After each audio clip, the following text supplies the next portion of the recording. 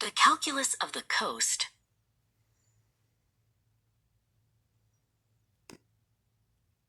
The sun beat down on the black ribbon of the proving grounds. 3 pilots sat in silence at the crest of the hill, their engines removed and their fuel tanks empty. Today, only the invisible laws of physics would determine the victor. Elias gripped the yoke of his 3-wheeled solar electric vehicle, its teardrop silhouette shimmering like a polished stone. Next to him, Marin adjusted her mirrors in her sleek, mid-sized electric sedan, her eyes fixed on the long descent ahead. On the far right of the line, Cillian checked the harness of his mid-sized hybrid. His machine was the heaviest of the 3, burdened by the complex architecture of both a battery pack and the dormant components of a combustion system. In a race powered only by a downhill slope, most would call weight a liability.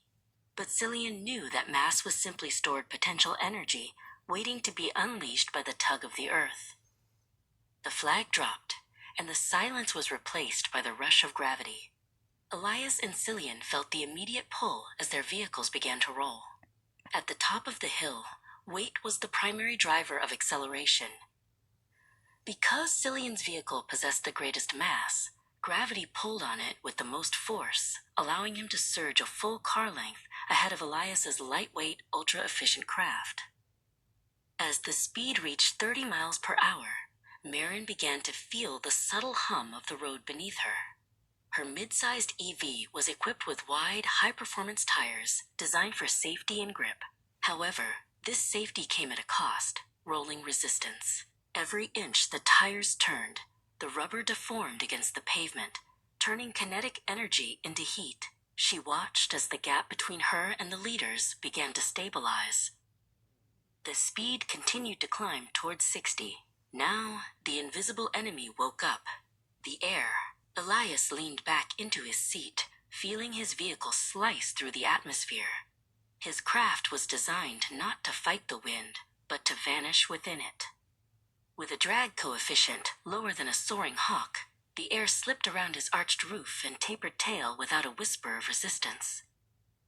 Behind him, Marin and Cillian were hitting the, quote, aerodynamic wall.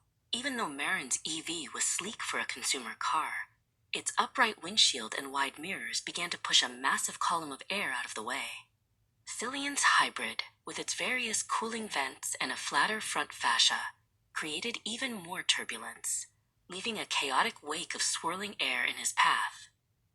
The slope leveled out, the initial gift of gravity was spent, and the race shifted from a test of weight to a test of momentum. Elias began to pull ahead with effortless grace, while the others were being slowed by the friction of the atmosphere and the drag of their tires. His aerodynamic shape allowed him to maintain his kinetic energy long after the hill had ended. Cillian watched his lead vanish as the flat terrain took its toll. His vehicle's weight, which had been a boon on the descent, was now a burden.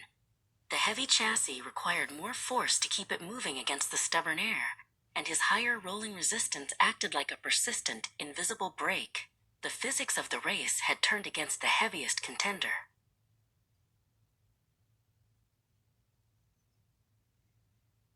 Marin pushed for every inch of distance, but the square cube law was a cruel master.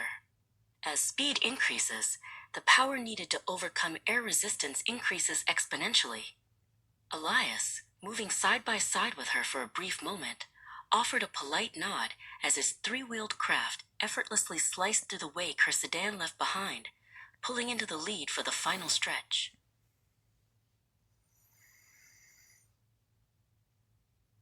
At the finish line, miles from the start, Elias rolled to a gentle stop long after the others had lost their momentum and come to a standstill on the flats.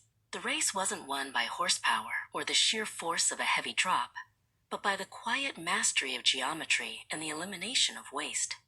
In the long run, Elias knew efficiency was always the fastest way to travel.